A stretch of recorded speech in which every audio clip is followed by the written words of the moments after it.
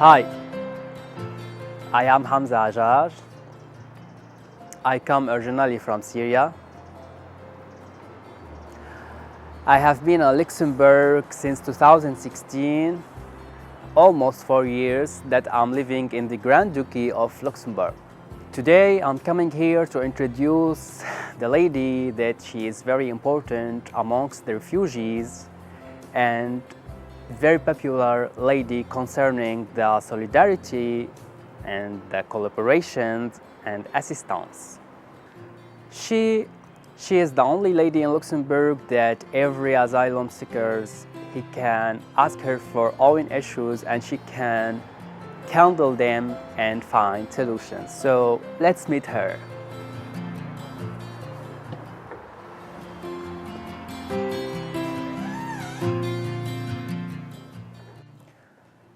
Who is Madame Marianne and what she was doing before? In my previous professional life, I was the first 10 years I was a steel trader, so I was buying and selling steel products for a big Luxembourg company. At the time it was called Arbet, today it's ArcelorMittal. Then I was working with my former husband in the event business. And from 2005 to 2015, I was in charge of humanitarian aid at the Ministry of Foreign Affairs at the Department for Development Cooperation. Yes. What made Mrs. Marianne interested in refugees assistance affairs? During my job at the ministry, I was in charge of humanitarian aid, so I was following many crises on an everyday basis. I was following what was happening in Syria from the first day. I knew very well what was happening in Afghanistan for many years. Also the situation in Iraq I was following. Also many problems in African countries. It was my daily job to always be informed about what was happening in the world and to make proposals to our minister how Luxembourg could support organizations in the field to help save as many lives as possible and to improve people's lives in difficult situations after earthquakes, in crisis situations, in conflict situations, or in case of a famine. So I was very well informed about all the difficult situations in the world. And when so many people started arriving in 2015, I could understand very well why they were coming. So I was very much interested in meeting them. And so in 2015, I was working very much as a volunteer for the Red Cross until I officially joined the Red Cross in 2016, and I took 4 years of leave without pay from the ministry. Yes. What type of organizations is HARICO? Who is the founder it and when was founded? HARICO was founded in 2015. It was initially funded and also conceived by a Luxembourg donor, an anonymous donor. And the Red Cross was actually the implementing organization. The idea of the project was to give access to art and creativity to all young people aged 12 to 26. We were located in an abandoned building in Bonnevoie near the central station. And because the project started in 2015, actually in September 2015, right at the moment when so many young people were arriving in Luxembourg, that attracted also many young refugees. And so in the first year, we had many difficult discussions with our donor because he was saying that what was supposed to be an art project had become a refugee project. But we were always saying that all these young people were very well taken care of at HARICO, and it was better for them to be at HARICO than to be sitting in the camp doing nothing or running around the central station. So, and the project was conceived for vulnerable young people as well. So we were saying these are exactly the beneficiaries that we can help. So in the end, we were funded through the Luxembourg lottery, the Œuvre Nationale Grand Duchesse Charlotte, from 2016, because it had become an integration project. And so all the young people who met each other at Haricot, resident youth, but also migrant youth, it was really a very nice mixture, and I think it was very much helping both the young migrants, but also opening the mind of many Luxembourgish youth. Yes. Currently, you are so busy with assistance and collaborations for refugees and asylum seekers. What is the name of your organization? Is it Open Home? Could you tell us please about it?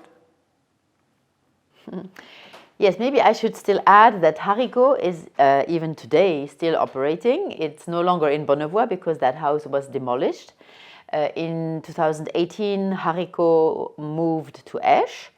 And we are still offering free art workshops to young people, from graffiti to singing to learning to play the guitar and piano and ceramics and many other things.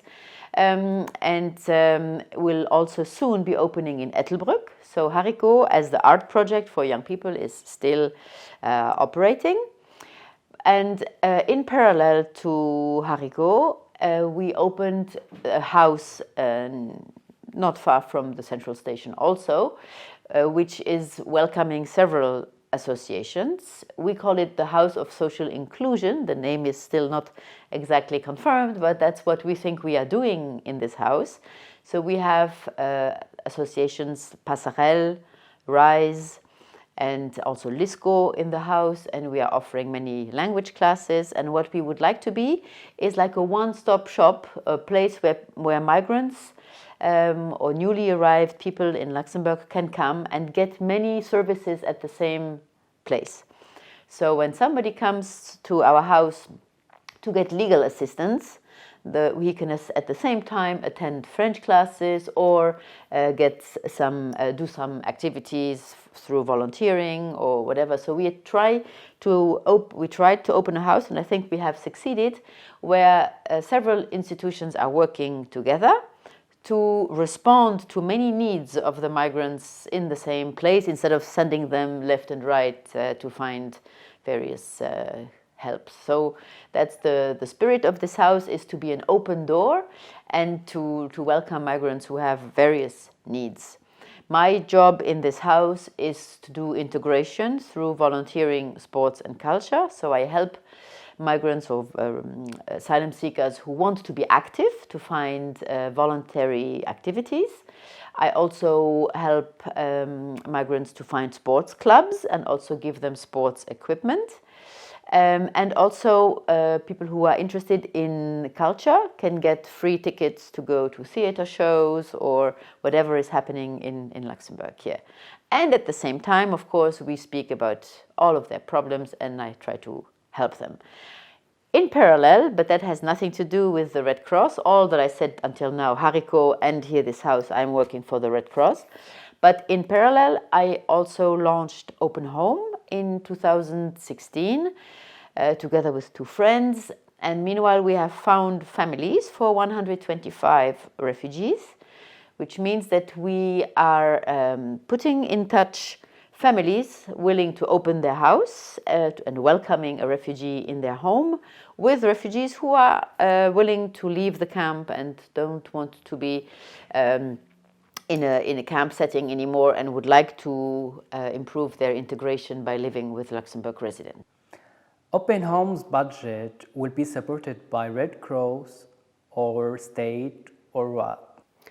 No, Open Home doesn't have any budget. We are just a citizen initiative and we don't need any budget because all we do is put people in touch with each other. And afterwards, it's between adults. Either the chemistry works and the family welcomes the refugee in their house, and then they have to agree between themselves. Sometimes, if the person is still an asylum seeker, they cannot pay for any rent and just get this financial support from the Ministry of Family, so they have no possibility of paying for their room. But if they find, or if it's already a recognized refugee who gets the revis or already working, or if it's a student who can get funding from the school through the Office National de l'Enfance, sometimes also they can contribute to the expenses, but that's all actually to be agreed between the family and the person. And we can sometimes, of course, help and discuss with the family and the person that is welcomed. But in the end, it's just putting people in touch. So except for a little bit of time that I need to invest, there is no budget needed for Open Home. Yeah. And why Miss Marianne called mother refugees, and especially Afghan refugees mother? Is it correct? I don't think I make a difference between Afghanis or Syrians, or it's by chance actually that I have 3 Afghani boys living in my house. Whoever steps into my office, I can listen to him and try to find solutions for his problems. I'm not asking where he comes from. I mean, why I'm called the mother, maybe it has something to do also with my age, I'm not sure. But it is true that especially many young refugees who have come to Luxembourg alone, who don't have their mother or their family in Luxembourg, come here very regularly, maybe just to get a hug or to speak with me, or also with whatever problem they encounter, or with documents they receive that they don't understand.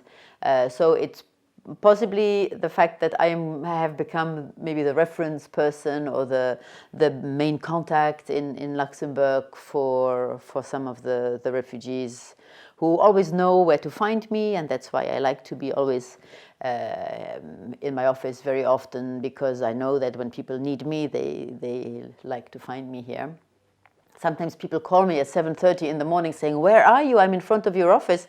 And then I say, "Oh, I don't live in my office."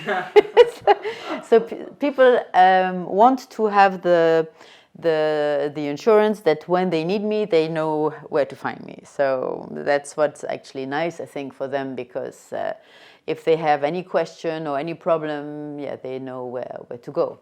And that's... I mean, I have never called myself the mother of the refugees, but I know that even some of them actually call me mother or mom, which is sometimes strange for me because I am not their mother, but then they probably need somebody in their life that they can call mother, which is actually nice, and I don't blame them for doing that. It's okay for me. Yeah.